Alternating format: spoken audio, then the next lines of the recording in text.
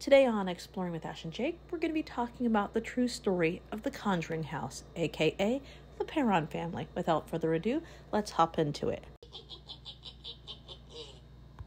Bathsheba Sherman was a real woman who died in Rhode Island in 1885.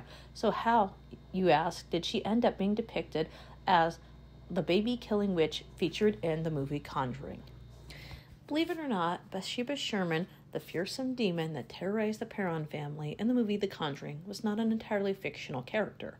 Some believed she was a witch who worshipped Satan and was related to Mary Easty, a woman who was hanged in the Salem witch trials, while others believed Sherman murdered her children in the 19th century in Connecticut. As for actual historical records, they confirm that Bathsheba Thayer was born in 1812 and later married a farmer named Judson Sherman in Connecticut, birthing their first boy named Herbert. Legends claim that she was later caught sacrificing her son to Satan with a sewing needle, cursing all who dared to live on her land. She supposedly later climbed a tree and hanged herself. According to paranormal investigators Ed and Lorraine Warren, Bathsheba Sherman promised to haunt anyone who would go to occupy the land where her home once sat.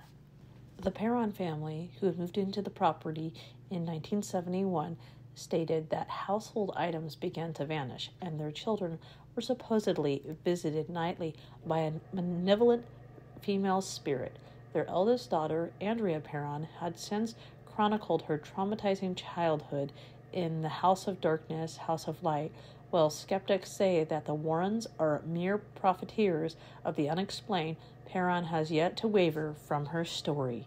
But to separate the fact from the fiction when it comes to the true story of The Conjuring, one must return to the life of the real Bathsheba Sherman. Bathsheba Thayer had a relatively contented childhood. She would grow into an envied beauty and tie the knot at 32 years old. In 1844, her husband ran a profitable produce business from his 200-acre farm in Harrisville, Rhode Island, but the community soon saw the newlywed wife as a threat. The picture you see here on the left is the real Bathsheba. The picture you see on the right is the Hollywood version.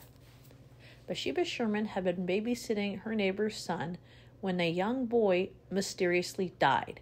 Local doctors established that the child's skull had been impaled with a small, albeit fatal tool. Despite the fact that Sherman was the last to tend to the boy, the case never went to court, but local women were outraged.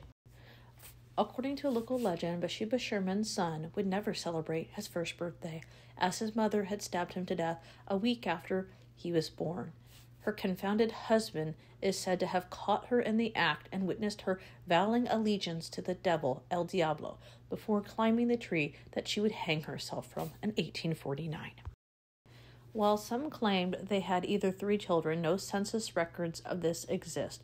Some remain convinced, however, that none of these siblings lived past 7. Ultimately, Bathsheba Sherman's story remains largely unsourced, while records confirm Judson Sherman died in 1881, with Bathsheba Sherman's tombstone in downtown Harrisville revealing her date of birth as May 25, 1885.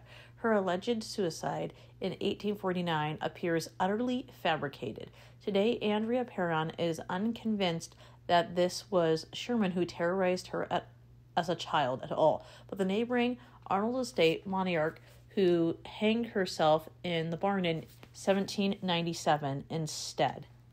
The Conjuring story is not the actual story, but loosely based in overly Hollywood fabricated story of a true story based on the Perron family haunting. As always, I want to thank our new and old OG subscribers for being a part of our channel and this wild ride through 2024. Thank you so much for your support, subscriptions, and comments. I look forward to reading all of them and interacting with all of you. I hope everyone is having a great day. Stay weird and keep exploring.